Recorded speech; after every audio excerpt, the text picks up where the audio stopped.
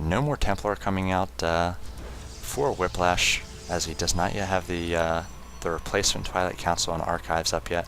It looks like those Banshees, as I was talking about the barracks play here, were able to take down that Nexus all the way down to 25 HP. So I wonder why he did not just sacrifice a few Banshees there to take down the Nexus.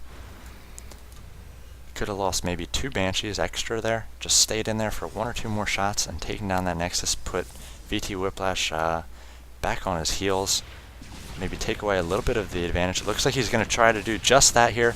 Is that Nexus going to go down 9 HP? So he's tried to sneak in a Banshee, and he's going to have to do the same. He wants to take down the Nexus there. Now we finally have the Phoenix coming in, and he's going to have to cloak and get away. And this is going to waste a lot of energy for these Banshees that he could use to harass the mineral lines, or even take down this Nexus. So we'll keep an eye on this Nexus, see if it does fall. Looks like EGLzGaMeR, again, just going to turtle up here and try to recover a little bit by expanding, even though he's not really saturated on his 2 bases right now that he already has. He's going to try to get a 3rd up and running. But these Banshees have saved him a little bit, bought him a little bit of time, as he has quite a fleet now. So very unconventional play, throwing down those 4 starports. So surprising, even seeing the 2 with Tech Labs while he was under that amount of pressure, and then seeing the silhouette of 2 more pop up, not something you usually expect.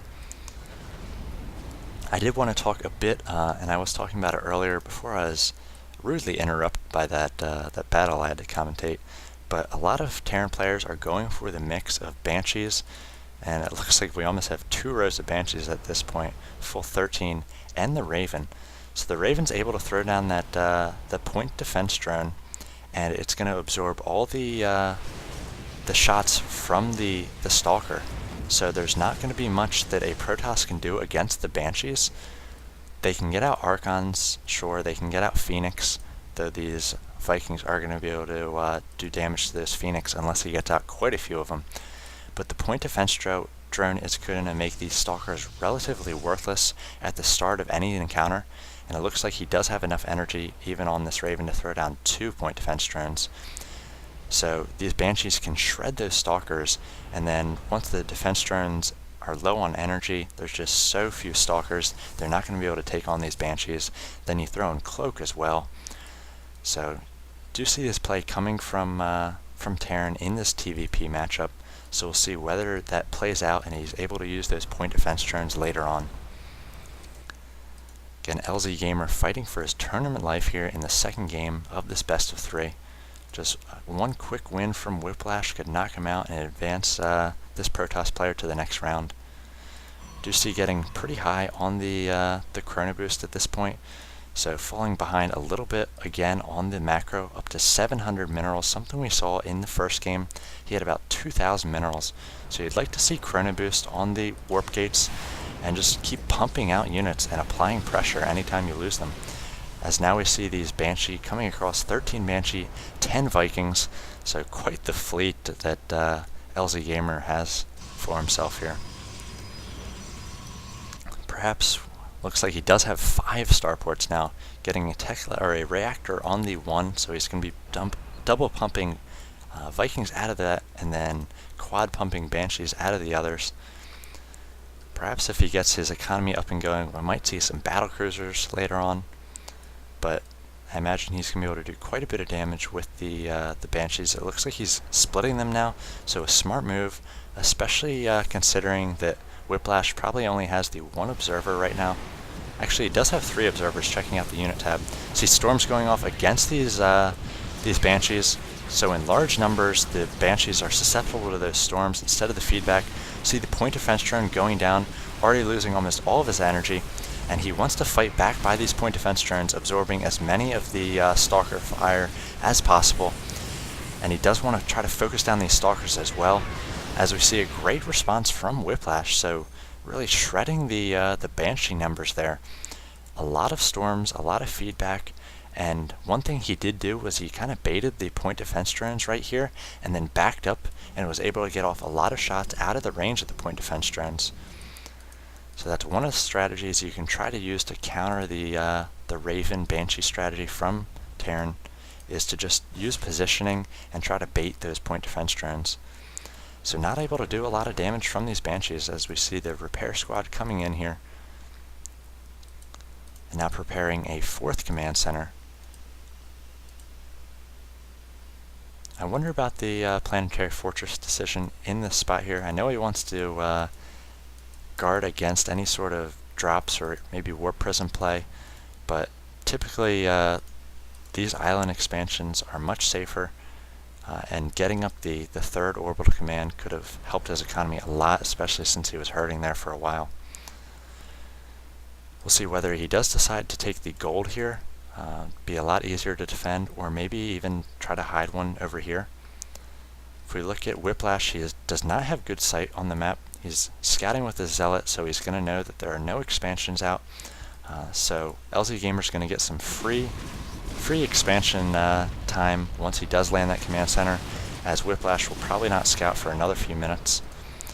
Now denying that 4th expansion, so trying to limit the macro of Whiplash. Very smart by EGLzGaMeR as he tries to get his own macro up and running. If we look at the income tab, or the resource tab, again, 2,000 minerals for Whiplash at this point, and he's only at 128 of 158, so he really needs to find a way to dump those minerals. He only has 1 warp gate on a hotkey right now, so he really needs to get up perhaps another 4 or 5 warp gates so that he can constantly produce off them. He again has these gateways which are not warp gates, so he's not going to catch those with the W hotkey.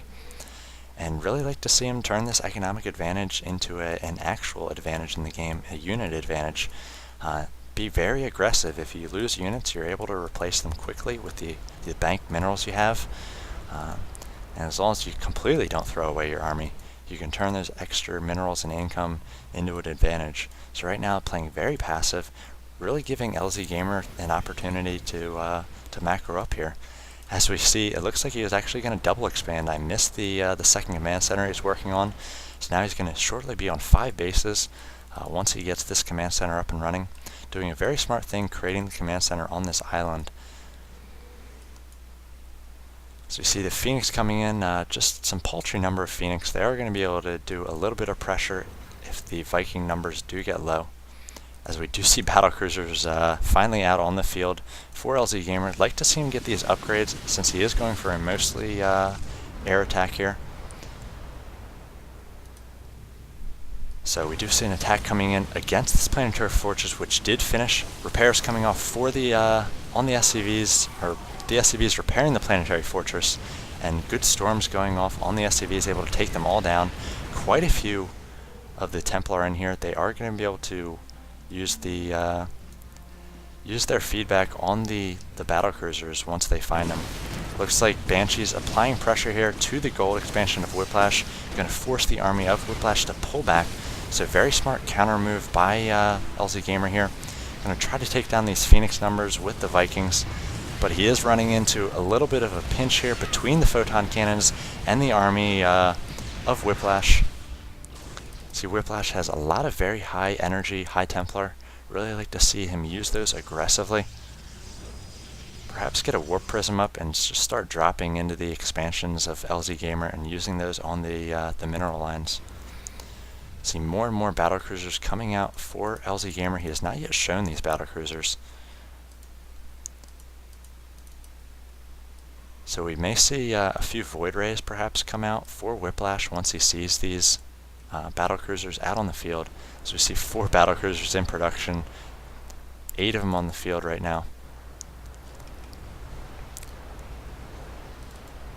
So about to have 10 battlecruisers, very strong units, with the Yamato gun quickly taking out all these cannons.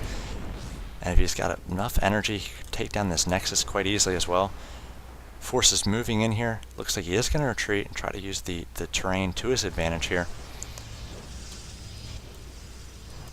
See a ballsy Nexus being thrown down in the face of these battlecruisers.